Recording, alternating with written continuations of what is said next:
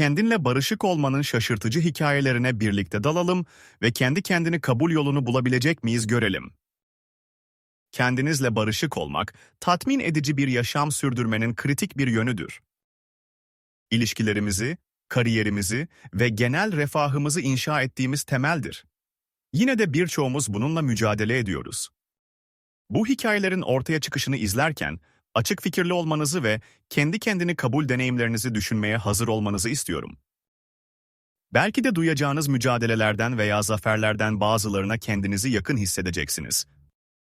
Kendimizle barışık olmayı düşündüğümüzde, bu genellikle güvensizlikleri aşmak veya kusurlarımızı kabullenmekle bağlantılıdır. Belki de başkalarından onay alma ihtiyacını bırakmakla ya da kusurlarımıza rağmen kendimizi sevmeyi öğrenmekle ilgilidir. Yol ne olursa olsun, genellikle incinebilirlik, cesaret ve dönüşüm anlarıyla doludur. Bazı insanlar için kendileriyle barışık olmak, geçmişleriyle hesaplaşmak anlamına gelir. Bu, kendilerini veya başkalarını affetmek ve ilerlemenin bir yolunu bulmak olabilir. Diğerleri için ise, bireyselliklerini benimsemek ve onları eşsiz kılan şeyleri kutlamakla ilgilidir. Bir de kontrol ihtiyacını bırakıp hayatın belirsizliğini kucaklayarak huzur bulanlar vardır.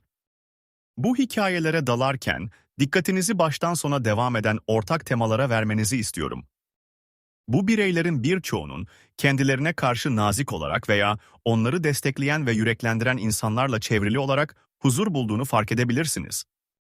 Karşılaştığım en etkileyici hikayelerden biri, beden pozitifliği ile mücadele eden genç bir kadınla ilgili.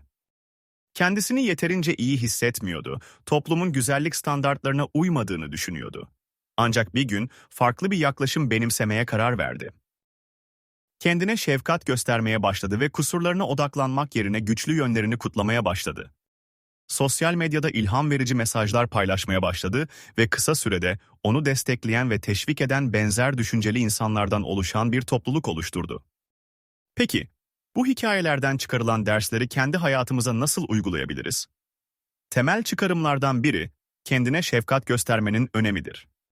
Bu, kendimize bir yakın arkadaşımıza davranacağımız gibi nazik, anlayışlı ve sabırlı davranmakla ilgilidir.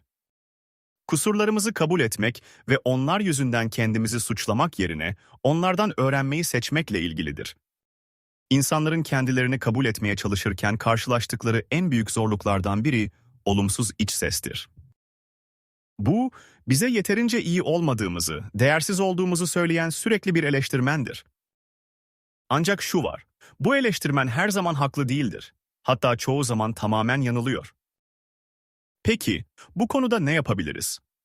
Pratik bir çözüm, düşüncelerimize dikkat etmeye başlamaktır. Kendimizi olumsuz düşünceler içinde yakaladığımızda, duraklayabilir, derin bir nefes alabilir ve bu düşünceleri daha olumlu bir şekilde yeniden çerçeveleyebiliriz. Bu hikayelerde gördüğümüz gibi, kendini kabul bir yolculuktur, bir varış noktası değil. Zaman, çaba ve sabır gerektirir, ancak sonuç buna değer. Kendimizi olduğumuz gibi kabul etmeyi seçtiğimizde, kendimizi bir olasılıklar dünyasına açarız. Daha özgüvenli, daha dirençli ve daha huzurlu oluruz. Son olarak, sizi kendi kendini kabul hikayelerinizi aşağıdaki yorumlarda bizimle paylaşmanızı çok isterim. Yolculuğunuz nasıl oldu? Hangi zorluklarla karşılaştınız ve onları nasıl aştınız? Sizin hikayeniz kim bilir kimlere ilham olacak. İnanıyorum ki bir kişi için mümkün olan, herkes için mümkündür. Hadi isteklerinizi mümkün kılmaya başlayın. Değişmek ve gelişmek istiyorsanız, daha fazla ilham verici içerik için abone olmayı unutmayın.